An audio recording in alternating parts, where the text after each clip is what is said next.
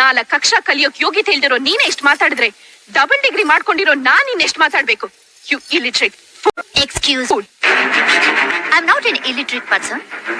For your kind information, I'm a graduate from the University of Mysore.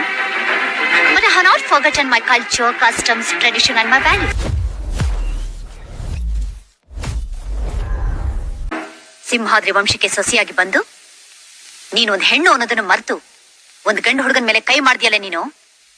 ನಾಚಿಕೆ ಆಗಕ್ಕಿಲ್ಲ ನಿನ್ ಯಾವ ಮಹಾ ದೊಡ್ಡ ವಂಶ? ಗಂಡಸ್ರನ್ನೆಲ್ಲ ಗುಲಾಮ್ರ ತರ ಇಟ್ಕೊಂಡಿರೋ ಕೇವಲವಾದ ವಂಶ ತಾನೇ ಇದು. ಏನಂದೆ?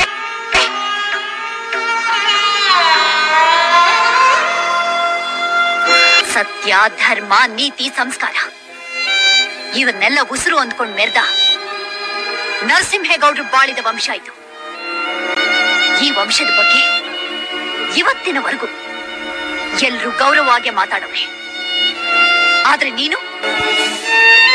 ಮೊದಲು ನೀನು ಗೌರವವಾಗಿ ನಡ್ಕೊಳ್ಳೋದನ್ನ ಕಲ್ತ್ಕೊ.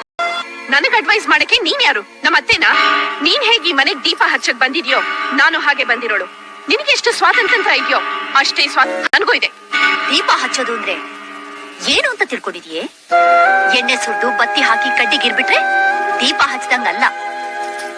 ಮೆಟ್ಟಿದ ಮನೆ ಅನ್ನೋ ದೀಪಕ್ಕೆ ಮಾನ ಅನ್ನೋ ಬತ್ತಿ ಹಾಕಿ ಮರ್ಯಾದೆ ಅನ್ನೋ ಎಣ್ಣೆ ಸುರಿದು ಗೌರವ ಅನ್ನೋ ಕಡ್ಡಿಯಿಂದ ಹಚ್ತಾರಲ್ಲ, ಅದಕ್ಕೆ ದೀಪ ಹಚ್ಚೋದು ಅಂತ.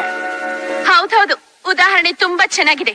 4 ಅಕ್ಷರ ಕಲಿಯೋಕ್ ಯೋಗ್ಯತೆ ಇಲ್ದಿರೋ ನೀನೇ ಎಷ್ಟು ಮಾತಾಡಿದ್ರೆ ಡಬಲ್ ಡಿಗ್ರಿ ಮಾಡ್ಕೊಂಡಿರೋ ನಾನ್ ಇನ್ನೆಷ್ಟು ಮಾತಾಡ್ಬೇಕು? You illiterate. Excuse me. I'm not an illiterate person.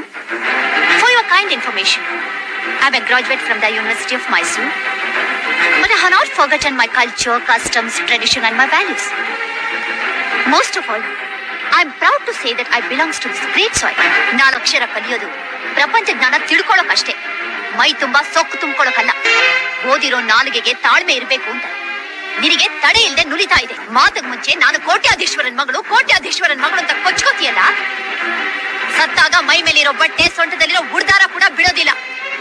ಎಲ್ಲನೂ ಕಿತ್ಕೊಂಡೇ ಹೂಳೋದು. ಈ ಸೌಭಾಗ್ಯಕ್ಕೆ ಯಾವ ಕೋಟಿ ಇದ್ದು ಏನ್ ಪ್ರಯೋಜನ? ಬದುಕಿರೋವರೆಗೂ ತಗ್ಗಿ ಬಗ್ಗಿ ನಡಿಬೇಕು. ನಾನು ಯಾರಿಗೂ ತಲೆ ತಗ್ಸಲ್ಲ. ಬೇಡ, ನೀನ್ ತಗಸ್ಬೇಡ.